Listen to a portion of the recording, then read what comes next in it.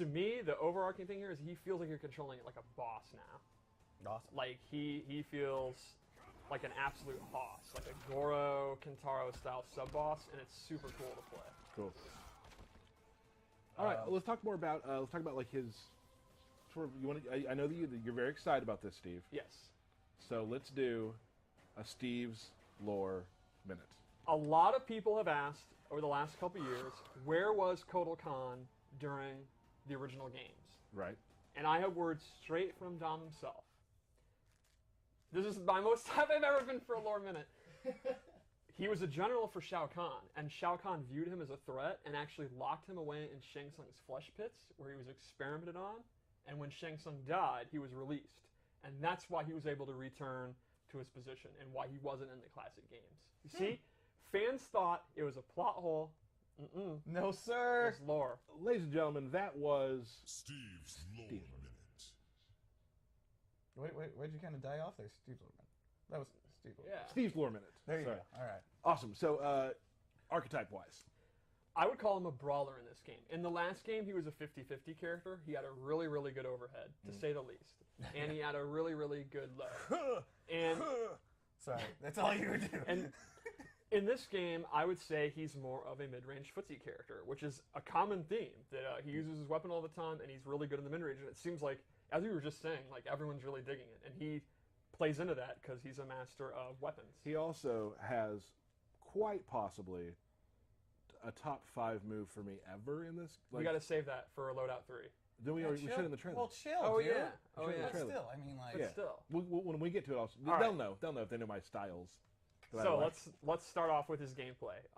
He has a lot of really good strings in the mid-range. Back 2-2-3 has a ton of range. Ends with an overhead. Ends in an overhead. Forward 2, if you use the butt of his sword, he advances a lot before going into it. I'm a big fan. He's got a big boot, a big boot. leg. It's like sweet chin music. He's got a low combo starter. He does not have an overhead combo starter. So again, a theme with this game is characters have like a really good low overhead, but then the other one's not so great. So he'll use his standard hop attack. What's up with that dino head back there, bro? Goro's Lair. Yes. Oh, one thing we didn't mention, we have added. We've been asked for it. More stages have been Yes. added. Yeah. Goro's Lair here. I got a couple more as well. We will be having some background breakdowns. Always That's hard to say. Very soon. We were going to do it this week, but the guys who are going to do it are at GDC. So we'll get there. So another one of his strings, I think it's one of his best range strings because it's super fast, is his forward 1. The downside is it starts with a high, so it'll lose to a down attack, but you can see it advances super fast. It just kind of slaps you. And this one is actually... All right, Steve, just go as fast as you can. a crushing blow.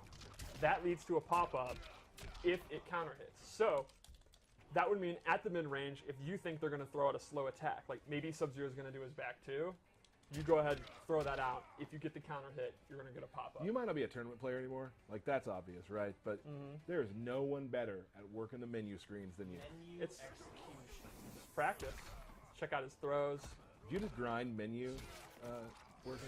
No, it just comes naturally. Wow.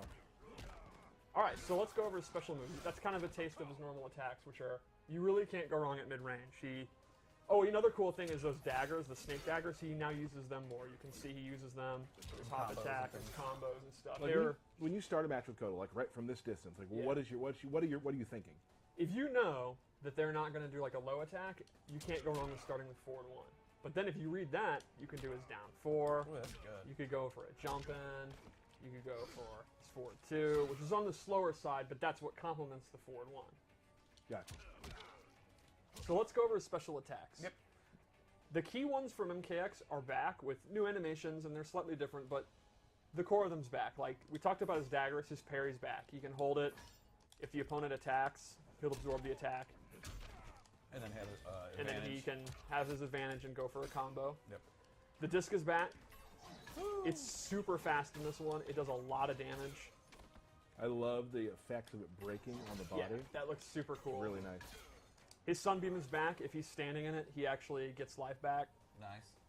Then he has several new moves, which this is one of my favorites, the Saw move. It's a great combo ender, and it's just just absolutely Bloody. nasty looking. There was something kind of in MKX where he went over and did Yes. a soft.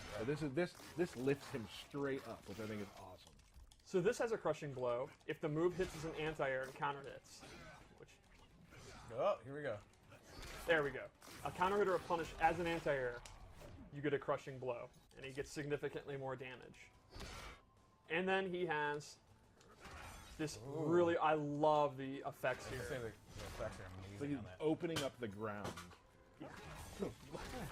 Yeah, that's a hell of a ground pound. So those are his base moves, and I, as always, set up 3 loadouts. So let's go through that. One of our lights popped off. That's great. Even We're the lights live, are popping off. We're live, pal. We're popping off. We'll fix that momentarily. All right, so the first one I gave him is an amplified sun disk, where he uses a beam of light from the sun, which is canon here in Goro's lair. You can see it on Right, Goro's right, right. corpse, right? He's just reflecting And it's it a off. full screen beam attack. That's probably why Goro died, is because he got burned. A lack of Sun, sunlight. right. Oh, he got No, burned or a got- lack of I mean, sunlight? it's sunlight right on him. This is not a lore minute. I do think it's nice to think that the prince died in his home. You Oh, know, yeah. like that's how I want to die. He had a like peaceful death. in my chair, you know, In your lair. in my lair, right? My apartment, my lair. My little Oni buddies around. Mm-hmm. Right. Anyway, this loadout I based on totems. So he has 4 totems in total. You can equip 2 at a time. So I went with this one, which gives him a damage buff. So you can see, here's the damage on the string, 154. I have this bad boy out. It's doing 184. Okay. Now here's the new feature. So that's very similar to MKX, but we always try to advance things. You can actually now stack totems. Stack them totems. How many can- can you stack? You can stack up to 3 times, so let's look at the damage now. And, Yep. and that'll add each buff. Wow. You can also stack multiple totems. So, this totem is his blood absorb, the blood god totem, where every time he hits you, the blood gets absorbed in the totem. And when it comes out, that'll actually go to Kotal's health. You'll see all the blood he's absorbing, and when it times out, he's going to get health back. So But you you're can full actually health do right it. now, so Yes, yeah. but so you can have this totem out, then a damage one, and then another damage one, or vice versa, or 3 of one. So he has 4 different totems you can choose from. For another one that I didn't equip, it's really cool. It buffs his regen his stamina regen. Uh-huh. So if you're using meter burn attacks all the time, because why wouldn't you? Yeah, absolutely. He has significantly faster regen. That's pretty awesome. And you said you can only have 2 of those out Right. at a time. 4 totems that you can choose from. You can have 2 that you choose, and then you can have 3 that you can stack, if that makes sense. Yeah, absolutely. You can mix and match as you please. Yep, and it just looks cool to stack the totems. Like, look at that. Yeah. The math was definitely confusing to me just Okay. then. All right, so I'm there just are, kidding. I get it. all right, so let's go to a second loadout. I'm a huge fan of this one. You're a fan of pretty much all of them, Steve. This one I'm really into, Oh, super fan. Gotcha. because this is my cat loadout. Ah, it looks so cool. He turns into a jaguar, and he has this full screen lunging attack that goes into this awesome And thing. it just eats your throat real quick. Yeah, I mean, that's what cats do, right? Yeah, it goes straight for the jugular every time. Then, we didn't see this in the trailer, he actually has an air one, where he does this party crasher move, turns into a cat, and then rolls away. That's awesome. And this is great for, you know, faking and jump-ins, or jumping over fireballs and punishing them. And then lastly, I gave him this sundial move, which controls the air, and when he amplifies it, he gets this big burst that'll knock the person down. You can do it as a combo ender, as a guaranteed anti-air if you read they're going to jump, Sure. and just to bring sunshine to the room. Oh, Mm-hmm. that's sweet. That's sweet. I like that. Maybe most important of all. Yeah, Yeah. I think so. It's the friendships we made along He's the way. a just and benevolent Khan in a way. Like, he's kind of a tyrant, but he's better than Shao Kahn. Oh, and I think absolutely. he would bring sun. I must bring sun to my Aztec What people. a compliment. He's better than Shao Kahn. Yeah. Yeah, I mean, that is a compliment. Yeah. All right, so what about one more loadout? Sure. Yeah. This is your loadout. Yes. Ooh. I'm also, this is my skin that I use. Okay. Just previewing everyone. This is my skin. Oh yeah. Oh. What exactly is on his head? That's a bear head. A bear head. That's a bear he personally killed. Okay. Okay. So, this loadout, the first thing I gave him was a different amplified discus throw, where he Ooh. actually literally does a discus throw. And you can actually do this up close, and it'll, the swing hits. It's That's so it's a good combo ender for damage, and it just looks funny. Then I gave him this pop-up attack, this sunlight uppercut, which is like one of his main combo starters. It's kind of like it's Towards 2 or whatever. Yeah, it's That's very right. similar to Towards 2 in the last game. And then a command grab, which is so good. This is the move. I mean, the amplified version of this move is so amazing. So when he drinks blood, he gets a buff. You can see his tattoos are glowing, and that gives him a damage buff. He can stack it 3 times. Every time you do it, the tattoos are going to glow longer, and the buff lasts longer. Now you can see he'll be at max level. His tattoos are hella glowing, and now he gets this damage buff. And it lasts a pretty good amount of time. So the more command grabs you do, the more stronger you get. And he has tick throws, just like you'd expect. His down one. Explain tick throws for those who don't know what that means. The idea there is you're doing a normal attack that the opponent blocks, and you cancel into the command grab, and the opponent's still going to be blocking, and they'll actually get grabbed. So for example, with 4-3-4, Yep.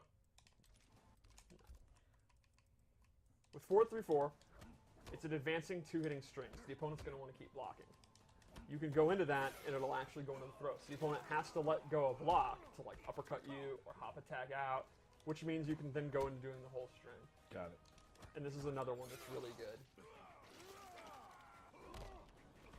So those are my Kotal Kahn loadouts.